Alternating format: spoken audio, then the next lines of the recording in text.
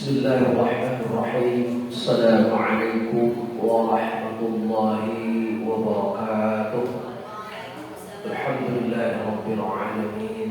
Alhamdulillahi hamdan na'imin. Alhamdulillahi hamdan syakirin.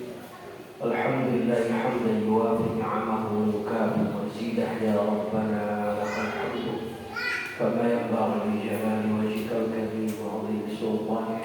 Amma ba'du. Para jamaah ahli pengajian, ibu-ibu, bapak-bapak, para pemudi, para pemuda, alhamdulillah pada sore yang berkah kali ini kita bisa berkumpul lagi dalam rangka kajian kita, pengajian yang sifatnya mingguan. Alhamdulillah pada materi kali ini kita akan membahas materi yang ada kaitannya dengan ilmu fikih. Kitab yang akan dibacakan pada kesempatan ini berjudul Fiqhus Sunnah. Pengarangnya adalah seorang ulama kontemporer, yaitu Sayyid Sabiq, salah satu ulama.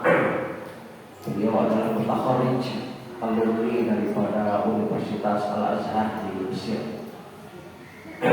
Sebagaimana kita ketahui bahwa kajian fikih itu adalah yang berkaitan dengan praktek ibadah kita sehari-hari.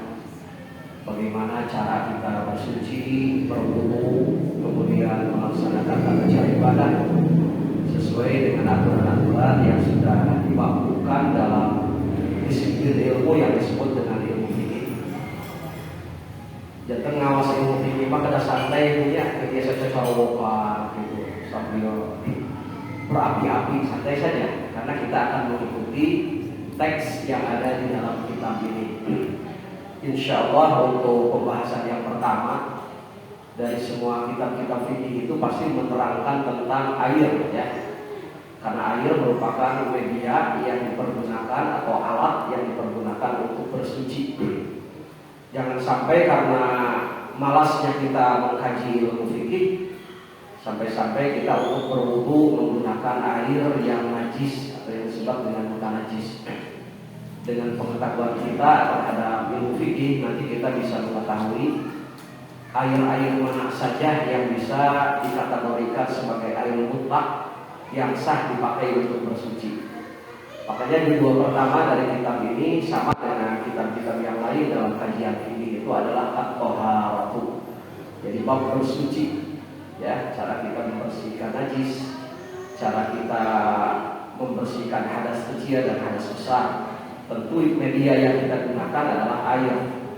Nah, sebelum kepada tata cara taharahnya, di sini pengarang kitab menjelaskan dulu tentang pembagian air. Judul dalam bahasa Arabnya al-miyahu wa aqsamuha. Al-miyahu, air-air yang sah untuk bersuci, wa aqsamuha, dan bagian-bagiannya. Al-qismul awwali atau al-qismul awwal, pembagian yang pertama, minal miyahi, daripada air-air yang sah untuk dipakai bersuci itu adalah al-ma'ul mutlaq, yang disebut dengan air mutlak. Jadi bahasa Arabnya air itu ma'un, air, ya. Bentuk jamaknya al-miyah, miyahun, artinya air juga. Wa hukmuhu, hukumnya air mutlak itu adalah air yang biasa kita sehari-hari dipakai untuk bersuci, apa itu dari bak mandi atau dari keran-keran yang sengaja dibikin untuk bersuci. Itu adalah hukumnya air tersebut sah atau suci untuk melaksanakan ibadah ketika kita bersuci. Ay annahu tahirun fi nafsihi mutahhirun li ghairihi. Artinya air sendiri itu adalah suci dan bisa dipakai media alat untuk mensucikan yang lainnya. Nah, itu namanya air mutlak, ya. Jadi air mutlak di sini ada beberapa macam. Yang pertama yang kita ketahui adalah ma'ul maqari. Uniknya bahasa Arab, ibu-ibu ya, bapak-bapak, kalau al-maqar pakai alif itu artinya air pot, ya, tempat di mana kita lepas landas ataupun landing ketika kita naik pesawat. Itu namanya maqar bahasa Arabnya. Mim, po, alif, ro. Jadi pakai alif. Upami al-mataru tanpa alif artinya adalah hujan, air hujan. Ya. Pembagian air yang pertama dari air-air yang sah untuk bersuci itu adalah di antara rangkaian cai mutlak, air mutlak itu adalah ma'ul mataru. Itu tidak dilakukan lagi ya. Ketika kita hujan, kita mengambil jolang, ember atau kita tampung air tersebut. Ketika sudah di dalam ember, maka sah air tersebut dipakai untuk bersuci. Itu air hujan ya.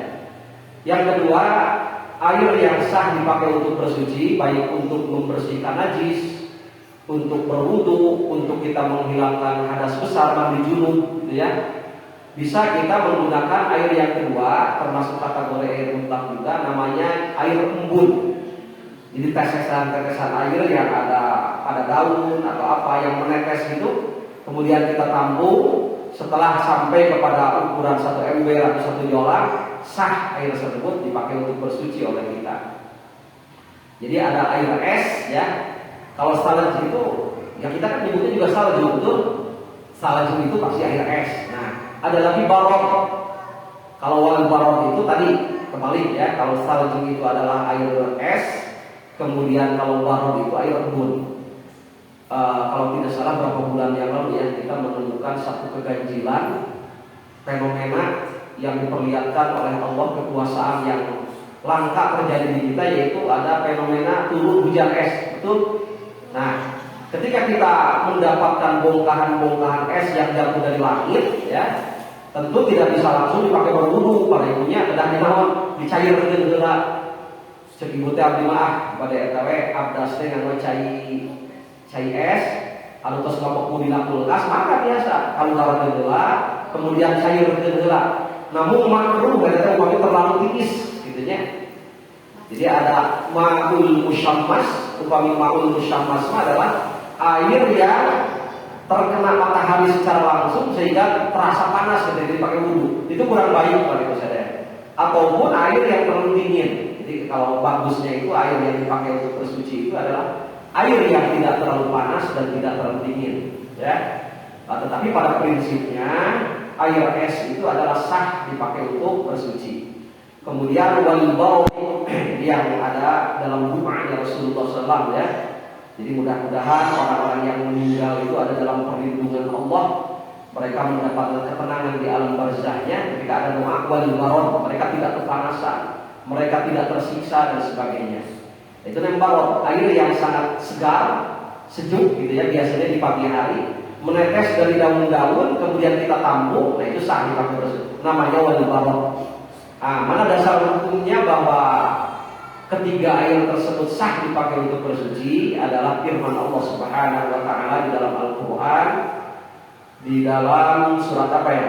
Wa yunazzilu 'alaikum minas sama'i ma'an liyutahhirakum bih, yaitu di dalam surat Al-Anfal ayat yang ke-11.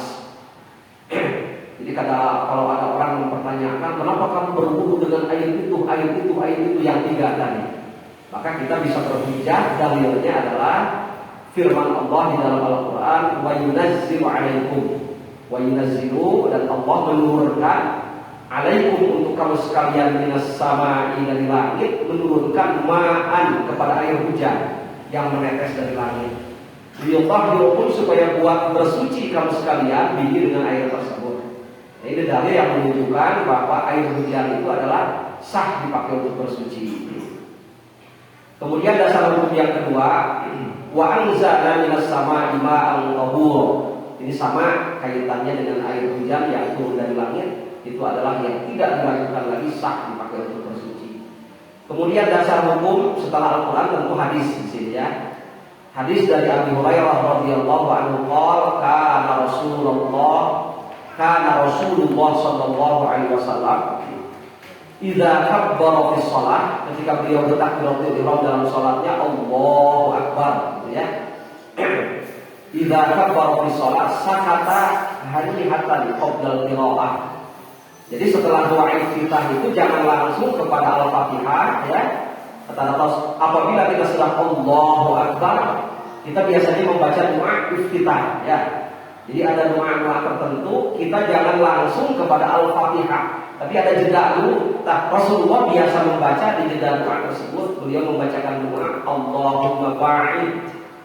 Kalau kita biasanya Allahu akbar kabira walhamdulillahi katsira wa subhanallahi bukratan wa asila inni wajjahtu. Nah, kalau doa yang ma'thur oleh Rasulullah, jadi kalau ada doa yang berbeda dengan kita, kok kenapa kamu bacanya begitu? Karena memang ada tuntunan dari Rasulullah.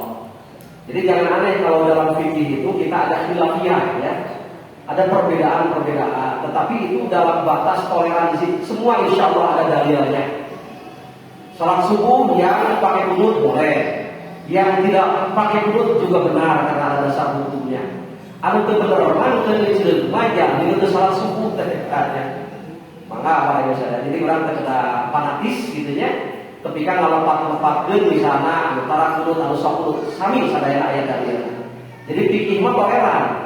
Upami dina akidah tah eta mah wajib urang sadaya nya kedah sami.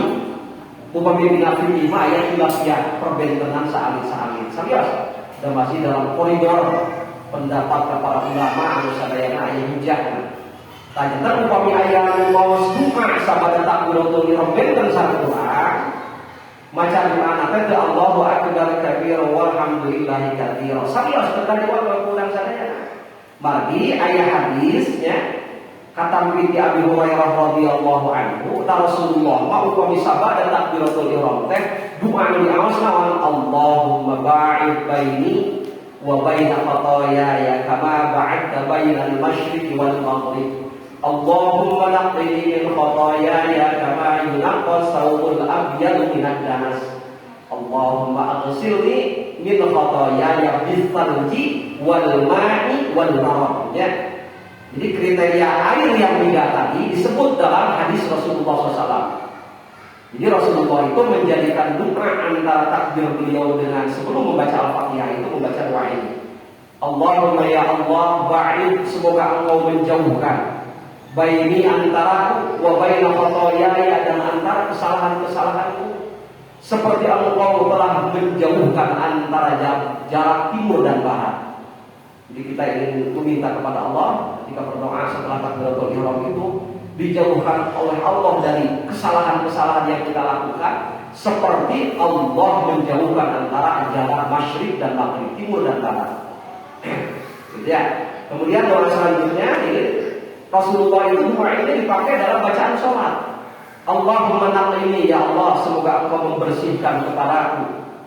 Membersihkan dari apa? Min khataaya, ya dari kesalahan-kesalahan. Kama yunqas thawbu, seperti engkau telah membersihkan, dibersihkan as-thawbul abyadu, pakaian yang berwarna putih minad danasi, dari kotoran.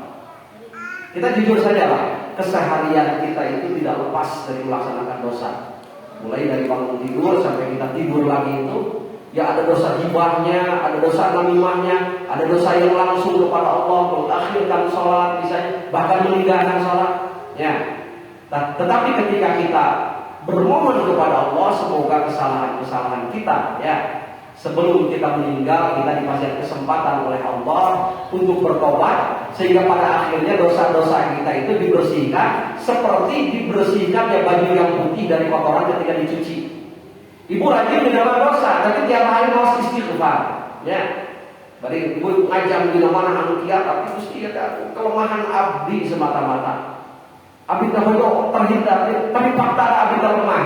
Kesadaran itu akan membukakan jalan buat kita. Pada saat kita nanti akan diberikan kesempatan oleh Allah bisa melaksanakan taubatan nasuha. Jadi Rasulullah dalam hadisnya memberikan gambaran, ya. Perumpamaan orang-orang yang berbuat dosa ini kaitan dosa kepada Allah, yang sulit itu dosa kepada manusia, ya. Karena kita harus meminta ridhonya. Kalau kepada Allah kita bisa langsung memohon. Jadi dalam hadis disebutkan orang yang selalu berdosa, tetapi dia tiap hari beristighfar, berjanji di dalam hatinya, tetapi kenapa dia terjerumus lagi kepada dosa? Karena kelemahan dirinya, dia mengaku di hadapan Allah atas kelemahan dirinya, la haula wala quwwata illa billah. Maka dia berdosa, ingat ini dosa, langsung istighfar, berhenti dari dosanya. Itu tidak ada bedanya seperti orang tiap hari pergi ke sawah, ke ladang, bajunya tiap hari kotor, tapi begitu kotor langsung dicuci, begitu kotor langsung mandi. Upami misalnya sawangi 5 kali siram, ubah ayah-ayah kotoran anunya sama para ibu sadaya. Rasulullah itu maksum, dijaga oleh Allah dari melakukan dosa dan kesalahan. Ayat terang sama istighfar Rasulullah sehari semalam. Itu kira 70-an surat. Pada dosa apa yang beliau lakukan? Beliau dijaga oleh Allah untuk melakukan dosa, tetapi rasa penyesalannya, rasa hinanya di hadapan Allah sampai-sampai beliau beristighfar 7 kali, astagfirullahaladzim, kulli dzambin, setiap hari itu. Sehingga ada syairan dalam bahasa Arab, kalau di kampung itu dinadongkan, dilakukan ya. Zalamtu sunnata man ahya qala ila anishtaka qadamahu tuqamin wa rami. Siti Aisyah sering mendapatkan Rasulullah ketika beliau asyik dalam ibadah kepada Allah, bersujud, bertasbih, mengangkatkan tangannya, berdoa, bercucuran air matanya. Saking lamanya beliau asyik beribadah dalam salatnya, sampai-sampai dua kakinya Rasulullah bengkak-bengkak pada misalnya. Ibu kantos ngarawas kencang di dalam depan ketika baru sampean di sana atas dacat begitu. Ya atas pada dosa orang yang pintar sabar-sabar terus. Nah, kita tidak tahu diri sebetulnya. Udah rajin melakukan dosa, bersih-bersihnya jarang. Ya begitu mumpuk. Kan satu kali kita melakukan dosa itu dalam Al-Quran bal rana ala qulubihim. Apa itu ron? Ya. Ketika kita satu kali melakukan dosa kemudian tidak beristighfar kepada Allah meminta ampun, maka itu adalah satu titik dosa. Jadi kalau kita setiap hari melakukan dosa, titik, lama-lama hati kita menjadi hitam oleh titik-titik tersebut. Akhirnya dalam istilah Al-Quran disebut qaswatul qalbi. Orang yang sudah sampai kepada derajat hatinya keras seperti batu, apapun nasihat tidak akan masuk. Diajak karena saya benci dan mengajaknya, ya. Kemudian diingatkan untuk melakukan kebaikan, dia marah kepada orang yang mengajak. Itu tanda-tanda diprediksi bahwa orang tersebut hatinya sudah mengeras. Itu biasa lebih keras daripada batu pada Indonesia Raya. Nauzubillah. Nama takdim akun dari Rasulullah ini bagus ya. Jadi Rasulullah ketika Allahu Akbar, beliau langsung membaca doa, Allahumma ba'id baini wa baina khotoya kama ba'adta bainal masyriqi wal maghrib. Allahumma naqqini min khotoyaya kama yunqqa thawbul abyadu minad danas. Allahumma aghsilni. Akhir daripada doa ini hadis diriwayatkan oleh Al-Jamaah wa Turmudi ila Turmudi.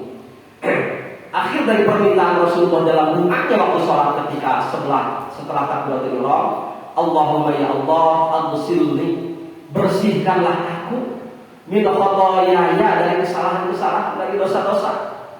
Bisalji, dibersihkannya itu ya. Ibarat ketika kita membersihkan kotoran yang ada pada diri kita, bisa dibersihkan dengan air es, kemudian dibersihkan dengan air biasa, dan yang ketiga bisa dibersihkan dengan al-barad. Al-barad itu adalah air embun yang kita tampung ketika sudah ada 1 ember, 1 dolar bisa untuk dipakai bersuci oleh kita. Baik ya. Jadi hadis ini sama ayat Al-Quran yang tadi menunjukkan bolehnya kita menggunakan air yang disebut tadi ya. Itu masuk dalam kategori air mutlak. Yang kedua, ibu-ibu, air yang sah dipakai untuk bersuci itu adalah ma'ul bahri. Dalam bahasa Arab ayat al-barru, ayat al-bahru. Apa perbedaannya? Kalau al-barru itu adalah daratan, kalau al-bahru adalah lautan ya. Nah, kategori yang kedua, air yang sah dipakai untuk bersuci, berwudu, menghilangkan najis, untuk mandi besar, adalah air yang ada di laut, yang disebut air laut. Dasar hukumnya adalah hadis yang diriwayatkan oleh Abi Hurairah radhiyallahu anhu qala sa'ala rajulun Rasulullah faqala ya Rasulullah inni narkabul bahr. Jadi kalau diartikan secara terjemah letterlek tidak paham kita. Saya mengendarai laut gitu ya, atau saya menunggangi di atas air laut, kan tidak kan maksudnya saya naik sapina, naik kapal di atas permukaan laut, maksudnya begitu narkabul bahr artinya. Wa nahnu ma'ana al-qalila minal ma'. Cenah abdi teh ya Rasulullah naik perahu, naik kapal di lautan, sementara air yang kami bawa itu sangat sedikit. Bagaimana caranya? Yang sekira-kira kalau air tersebut dipakai untuk berwudu nanti kami kehausan, bagaimana solusinya? Nah itu pertanyaan sahabat seperti itu ya. Inna narkabul bahra wa nahnu ma'al qalil binama. Fa in tawadda'a bihi aqashna. Seandainya air yang kami bawa di kapal tersebut ya, air yang sedikit tadi dipakai untuk berwudu, tentu tidak ada untuk diminum gitu ya, sehingga kami kehausan. Nah, apa tawadda bima'il bahr? Kemudian bertanya sahabat tersebut, apakah kami diperbolehkan berwudu dengan air laut ya Rasulullah? Begitu pertanyaannya. Maka Rasulullah merespon, menjawab pertanyaan, faqala Rasul, huwa at-tahur. Ketahui olehmu bahwa yang namanya air laut itu adalah suci, gitunya. Ma'uhu. Jadi semuanya air laut itu adalah suci. Ya. Cuma mungkin dina rasanya tidak nyaman ya.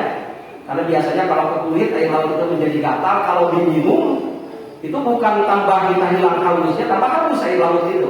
Ya. Jadi tidak bisa menyegarkan ketika kita kehausan meminum air laut, dan rasanya asin, tidak nyaman kalau diminum. Tetapi untuk dipakai bersuci boleh ya. Apa sebab? Karena air laut itu suci, dan makhluk ikan-ikan yang ada di laut itu adalah hukumnya suci. Jadi bedanya ikan dengan binatang-binatang yang biasa kita makan dagingnya seperti kambing, ayam dan sebagainya ya. Kalau bangkai-bangkai ayam, bangkai-bangkai kambing, bangkai sapi yang tidak disembelih dulu kemudian dia mati karena penyakit misalnya, maka bangkainya itu tidak boleh dimakan, kecuali kulitnya bisa dimanfaatkan setelah melalui proses penyamakan, dibal bahasa Arabnya ya. Jadi ada bangkai kambing, kita sayang nih kulitnya bagus, dipakai untuk hiasan, dipakai untuk sejarah, boleh. Kita sisir, kita pisahkan ya dari kambing tersebut. Kemudian setelah itu dikasih garam atau apa yang kira-kira bisa menghilangkan lemak-lemak daripada gaji anu aya dina eta kulit domba teh. Kemudian dibersihkan, disikat itu, terus itu dicuci bersih, dijemur, nah sah. Suci hukumnya boleh kita dijadikan hiasan, dijadikan alat sholat dan sebagainya. Nah kalau ikan ikan paeh, banyak ikan dikunci kan gitu ya. Pemia ayam bangkai lele di bawah, rasa can bau, memang bersihan goreng yang halal paling bisa ya. Nah itu perbedaannya. Sami, setiap ikan-ikan yang ada di laut itu ketika sudah menjadi bangkai asal can bau gitu, digoreng kesana-sini, segera dikunci dulu lah. Itu perbedaannya. Sebab ada hadis Rasulullah SAW, huwa at-tahur. Air laut itu adalah hukumnya suci, ma'uhu airnya. Al-ilmu itu udah halal bangkai ya. Ikan-ikan makhluk yang ada di laut. Rawahul khamsah. Sebagaimana hadis yang diriwayatkan oleh al-imamul khamsah, imam yang 5. Wa qala at-Tirmidzi hadzal hadis hasanun sahih. Hadis yang tadi mana yang hadis wa at-tahur ma'ruhu al-ilmu maituhu. Derajat hadis tersebut adalah hasan sahih. Kata siapa? Kata al-imam at-Tirmidzi. Wa sa'altu Muhammad bin Ismail al-Bukhari.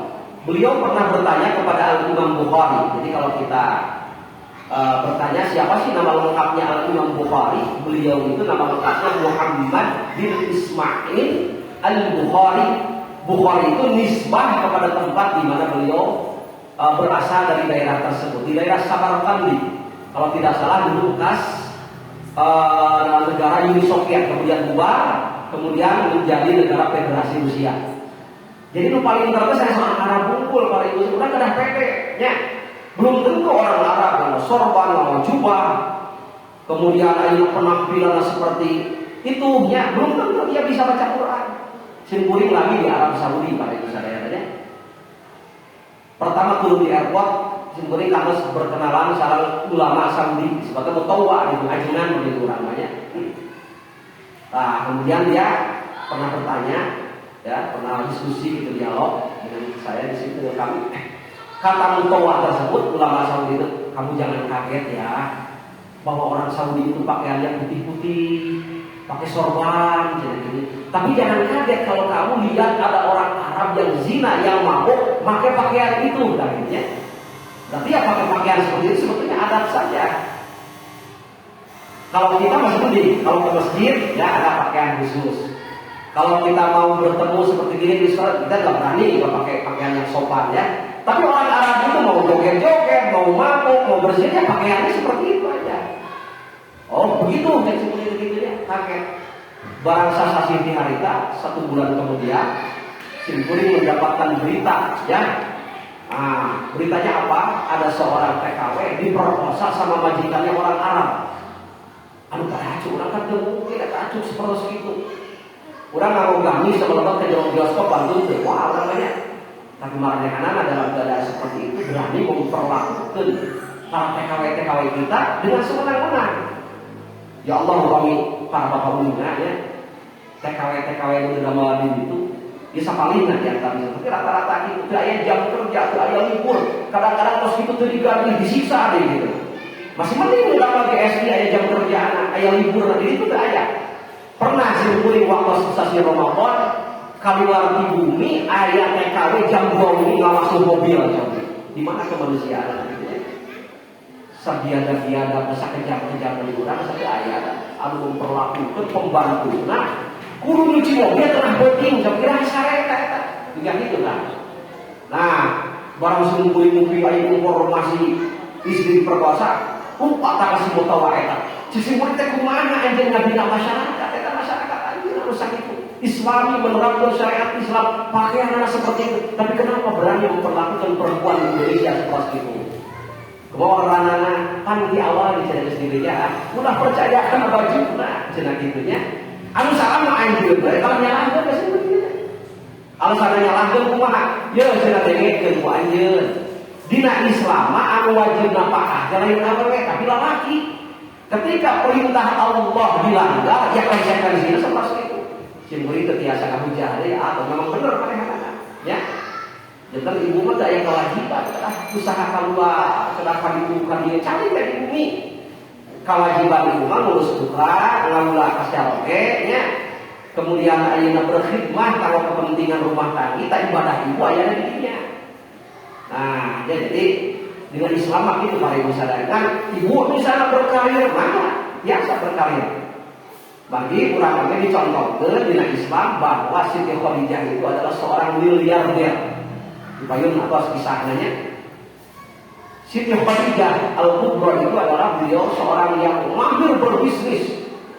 Dulu kepada pedagang puluhan, termasuk Rasulullah pedagang Siti Khadijah. Dagangan itu tanggung-tanggungnya. Sanes sekedar ke Jakarta, ke Cipanas, ke Bandung sanes. Siti Khadijah ekspansi perdagangannya itu dugi sampai ke Bilad Syam. Jadi pemilik sejarah disebut kata Bilad Syam itu gabungan 3 negara. Yang pertama Syria, yang kedua Palestina, yang ketiga Jordan. Tadinya dagang teh. Umum itu kata atau tadinya ekspedisi dagang anjina dugi ke daerah Yaman. Perdagangan itu luar biasa. Nah, tapi pun tersaku maha benghar nade para ibu saudaranya ahli istri mah kata biasa jantan milik suami kekayaan milik pribadi aja nade. Ibu suami istri, ibu jantan guru, ya. Upami tiap sasi pengen gaji itu adalah milik ibu, non syaratnya dan wajib kasabah saya ibu caroge ibu. Jadi itu milik pribadi. Yang menurut ibu bijaksana, ayah masihan caroge dagang murah, tapi bijaksana ibu. Tapi intinya di syariat Islam mah gitu. Upami istri mah usaha milik pribadina gitunya. Upami caroge mah aya kewajiban upami kasar dan memang kada dibalanjakeun ka istri sareng para putrana. Ieu rahasiana bagi orang yang terang. Kunaon dina Islam bab waris lalaki langkung ageng tibatan awewe. Ari awewe miliknya mira. Ari pameget bae ka kalau sareaeun ban kitu nya mata dibedakeun ku Allah oke. Dosa agung eta. Biasa kufur kadang-kadangnya Islam itu adil banyak awalnya lelaki dibeda-bedakan dari ilmu anak bapak itu jalma ukami ayeuna anjeunna itunya benci ijibkan aturan Allah melalui Al-Quran biasa kufur para manusia ya. Nah itu terkait dengan Islam adil justru itu kebijaksanaan manusia Allah kumari harta hak milik suami milik istri juga tetapi milik istri adalah milik istri pribadi kita mau karunya kecaroke maka pasti ke badai masihan ka mertua maka berhenti ibu gitunya asali bahwa ibu nah ada milik ibunya lira gitu. Tapi itu dina aturan Islam. Jadi saya pengalaman sebelumnya di Arab Saudi teralami pada ibu saya saya terang orang Arabnya anu Arabona terang Pertama simkuring pan di toko kitab simkuringnya jadi sampingan teh di samping dan muadzin adzan simkuring aya masjid di nyatanya. Kalau dalam seterusnya simkuring sok gambar di toko kitab bucalan buku-buku jadi bisa belajar keluar. Kaget tidak di waktu anu gaduh toko eta ieu cenanya tong kaget kalakuan orang dieu mah. Bayarna cenanya di kasir teh deuleu naon we pengebu sapu kata asal ulah bersih cenah kitu nya. Lamun bersih mah bisa kalau pasang setan lamun gitu. Digebuk mawat cenah anjeun dikisos ka dipaehan deui. Nah kitu kumaha cenah teh kaharti make kudu leungeun pengebuk sakala. Ieu cenah urang dieu ulah aneh. Kayak cenanya lamun asup ka toko katingali palatak peleket eta ciri jelema teh cenah bobohon ka anjeun simkuring eta naudzubillah. Di urang maksud aya anu kana kitu ya. Jadi orang Arab aneh, kadang-kadang kalau laki bohong, kau resep. Padahal kita lebih bete di orang, mau laki dia laki ya, punya kamu kayak gitu. Jadi itu begitu. Kalau laki resep, kau resep pada itu saja. Pantesan kepada Rasulullah yang disebut jahiliyah. Kamu belum sudah, itu kan budaya orang. Sisa-sisa jahiliyah itu masih ada sampai sekarang. Nah, udzullahnya, LGBT itu adalah salah satu penyawat masyarakat yang paling cepat mengundang laknat Allah Subhanahu Wa Taala. Tak orang umpamanya di beritanya, reus bangga melihat negara Shishan, orang Shishan. Shishan, kan bahasa Arabnya umpamanya bahasa orang nama Chechnya. Itu satu-satunya negara Muslim di dunia yang menerapkan syariat Islam melarang adanya LGBT. Ayat di belahan dunia mana wae. Negara Arab Saudi sekarang lagi menuju kepada negara sekuler. Kapungkur bioskop ayat ke ayat di ayat ke. Kapungkur bal anu yang anjing dilarang perasa ini dari ayat deui. Bade kumaha? Apakah kita pada nyiblat wae dina budaya ka orang Arab sementara orang Arab dan seperti itu. Tapi subhanallah kekawasan Allahnya. Dulu Chechnya itu adalah bagian Federasi Uni Soviet, negara bagian Uni Soviet. Kemudian dengan izin Allah, ya, paham komunisme bubar, jadilah provinsi-provinsi Uni Soviet dulu memisahkan diri, jadi kersagana eta jadi negara-negara Islam atau Islam rakyat, tanya. Pada itu adalah asalnya mereka yang berideologi komunis. Mereka menyebut agama itu adalah racun. Tetapi ketika Allah sudah mengizinkan bahwa seperti halnya membolak-balik tangan Allah itu ya, kita kan selalu merisaukan bagaimana nasib Islam di negara-negara minoritasnya, di Cina, kemudian di Myanmar. Allah punya caranya sendiri untuk melindungi orang-orang minoritas di tiap negara mana wae umat Islam itu pasti ada dan bisa hidup, gitu ya. Buktinya di Rusia dipencet, dihancurkan, badan dimusnahkan, kalau berjaya, ya. Chechnya itu adalah satu-satunya provinsi setelah Dagestan yang itu adalah bekas pecahan Uni Soviet sekarang jadi Federasi Rusia menerapkan syariat. Ulah nyimpen, sok kebersihan amal kali itu ya. Kalau orang biasa wisata ke Chechnya kan itu, kemudian nginap di hotel bintang 5, mual aya anu namina arak, minuman-minuman, jangankan arak, rokok kayaknya, aya mual tidak harus seperti itu. Nah gitunya, bening ayo perang rumah, masalah perang agama, gitunya, orang rada bangga, kan memang diberikan kelebihan oleh Allah, mereka konsisten menerapkan ajaran Islam. Jadi ketika usia balita, mereka itu sudah dilatih bela diri dan menghafal Al-Quran. Katanya, setengah daripada tentara Shishan itu mereka adalah penghafal Al-Quran. Bahkan disebutkan pejuang paling tangguh di dunia. Kapungkur Rusia tidak pernah bisa menaklukkan Chechnya pada ibu sadaya. Nah itu dia menunjukkan kekawasan Allah, ya caranya itu Allah. Kalau mau menjaga sekalipun itu adalah bekas negara yang berideologi tidak percaya kepada Allah, pada saatnya Allah bisa kembalikan dengan mudahnya mereka menjadi negara-negara Islam yang kuat seperti itu. Kita memimpikan setiap pribadi Muslim harus bermimpi bahwa satu saat syariat Islam harus tegak di bumi kita, karena itu yang akan menjamin ya kesejahteraan, kebahagiaan hidup kita di dunia dan akhirat. Kalau itu saya. Nah, jadi Imam Bukhari itu bukan orang Arab, dia orang Samarkand, orang Bukhara dekat Rusia dan Uni Soviet. Tadi itu, itunya ayat di Asia Tengah letaknya. Yang ketiga, air yang sah dipakai untuk bersuci itu ya sudah jelas ya, ma'u Zamzam. Ini adalah air yang diberkahkan, yang diambil setiap hari oleh umat Islam seluruh dunia, tapi tidak pernah habis. Ajaib kan? Itulah kekuasaan Allah Subhanahu Wa Taala. Dasar hukumnya air Zam-Zam sah dipakai untuk bersuci, ya. adalah hadis yang diriwayatkan lima ruwiya min hadis Ali radhiyallahu anhu anna Rasulullah da'a bisajalin. Anna Rasul da'a bisajalin min ma'i Zamzam fasyariba minhu wa tawadda. Intinya tentang Rasulullah telah meminta kepada Sayyidina Ali radhiyallahu anhu untuk disediakan seember air, kemudian setelah air itu dibawa di hadapan Rasulullah, air tersebut diminum sebagian dan sisanya dipakai berwudu oleh beliau. Ini dalil menunjukkan bahwa air Zam-Zam adalah sah dipakai untuk berwudu, bukan diminum saja. Kemudian yang keempat, nah ini ya, ini penting. Ini kajian fikih yang agak mendalam sedikit ya. Karena kita kadang-kadang ragu. Gaduh bawang ibunya cair itu jadi hejo, bersama bibirnya ayah kayamang di sana. Sah itu kata cair di awas suci itu ibu. Nah, ini masuk ke dalam kategori air suci dan mensucikan kriteria yang keempat. Namanya al-ma'ul mutabayyinu bitunil mukti. Air yang sudah kelihatan berubah warnanya, gitu ya. Karena air tersebut keselami gitu nyelur-nyelur dengan dirinya dan tengalir cairannya. Baik dengan faktor adanya tumbuhan yang hidup dalam permukaan air itu seperti kayamang kan biasanya, ataupun ada pohon di samping kolam tersebut kemudian daun-daunnya jatuh ke bawah sehingga si air itu karena lamanya tidak mengalir berubah warna. Nah, air yang begitu sah dari pakai suci. Nah, ternyata sah jawabannya. Al-ma'ul mutabayyir bitul mukti air bisa bagi makorrihi. Ketika air tersebut berubah karena lamanya mengendap di dalam kolam tersebut. Jangan ragu lagi sah dipakai bersuci. Au bi mukhalati ma la yanfa'u anhu ghaliban katulah. Nah, di sini ada contohnya. Seperti air-air yang ditumbuhi oleh eceng gondok atau apa saja, wa waraqi syajar, daun-daun yang jatuh di dalam air tersebut sehingga mempengaruhi keadaan air tersebut jadi berubah misalnya rupanya dan rasanya. Itu sah jadi dipakai suci, dipakai bersuci. Wal aslu fi hadzal bab anna kullama yasduqu 'ala ismil ma'i mutlaqan an-tayyib yasihu at-tahuru bihi. Yang penting air itu sah prinsipnya dipakai bersuci asal belum berubah dari kemutlakannya.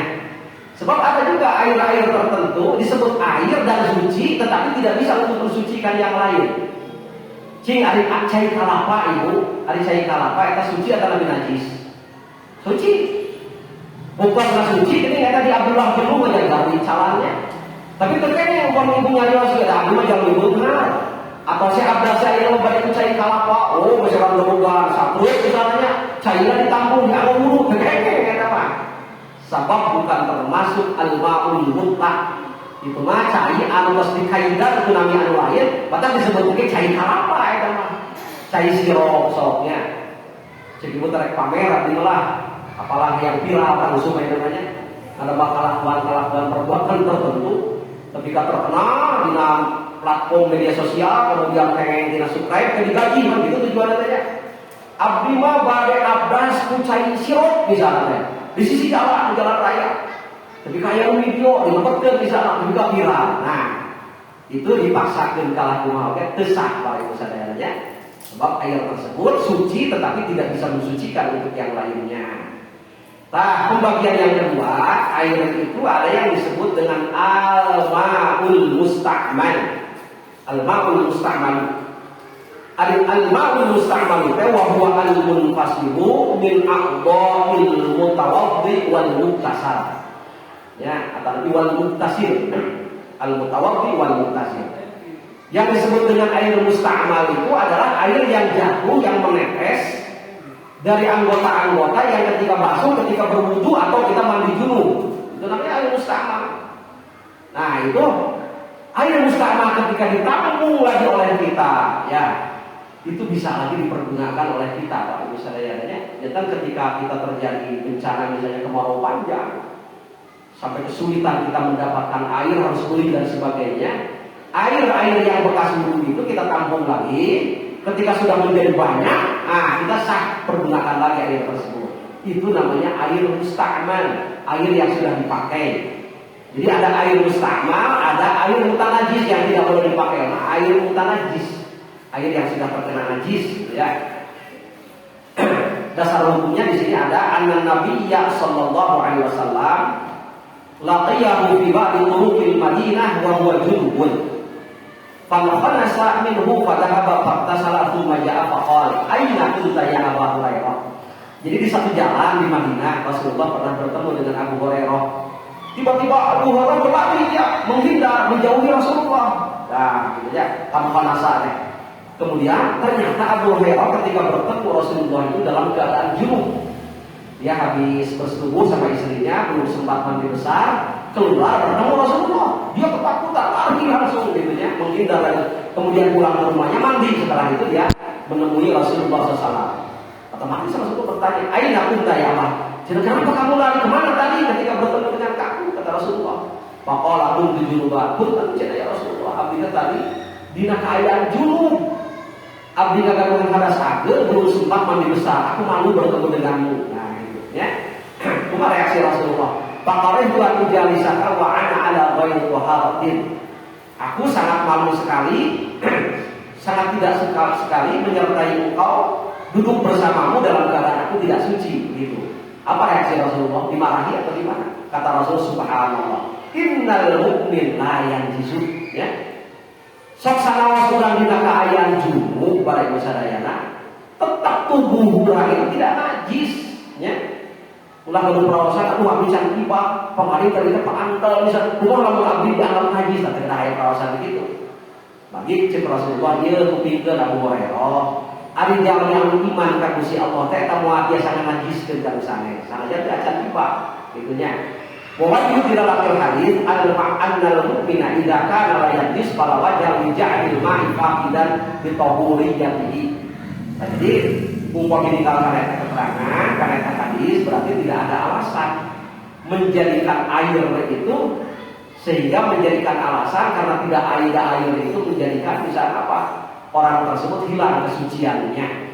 Intinya itu menunjukkan saya mustakmal. Jadi ada ulama yang berpendapat bahwa air yang mustakmal yang sudah dipakai bisa dipakai lagi. Tapi ada lagi pendapat yang kedua yang mengatakan bahwa air mustakmal yang bisa dipakai itu adalah kalau ukurannya standar sampai kepada ukuran 2 bulan. Kita boleh memilih yang namanya dua-duanya ada dalilnya. Intinya wahada yadullu ala annahu yarawna al-ma'al mustakmal mutahhiran. Bagi Rasulullah kantos aya cai minyak celakan Wajibnya dimanfaatkan dari aku membasuh sebagian anggota tubuhnya. Itu menunjukkan bahwa air mustama yang sudah dipakai bisa dimanfaatkan lagi untuk bersuci. Ya. Alif waktu al-qismu tsani, pembagian yang ketiga. Al-ma'ul ladzi khalaqahu tahirun kas-sabun wa za'faran wa daqiq wa ghayriha min al-asya' allati tanfaqu anha ghaliban. Kumaha upami cai tos campur sareng sabun misalnya. Jadi cai dina ember dan jola.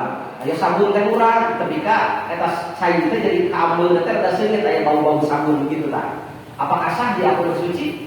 Atau nabi kacampuran tulisan za'faran yang seungit gitu. Atau nabi kita meletakkan air dalam satu wadah yang wadah tersebut bekas membuat adonan. Biasa ada kue adalah ketika ayah sesa-sesa kene naon gitu. Ayah sesa-sesa kene taribuk adonan, biasa cai tah. Apakah cai yang sudah tercampur dengan adonan sisa daripada tepung tersebut sah dipakai suci atau nabi henteu? Nah, itu hukumnya adalah suci mana biasa diakopan sadaya. Wa hukmuhu dan hukumnya air-air tersebut yang sudah tercampur dengan benda-benda yang suci adalah hukumnya suci. Mada mahafidhah lidlaqihi sepanjang keadaan air tersebut tidak berubah dari kemutlakannya. Ya. Kecuali kalau memang air tersebut ada perubahan yang sangat signifikan sehingga air tersebut tidak layak disebut air misalnya.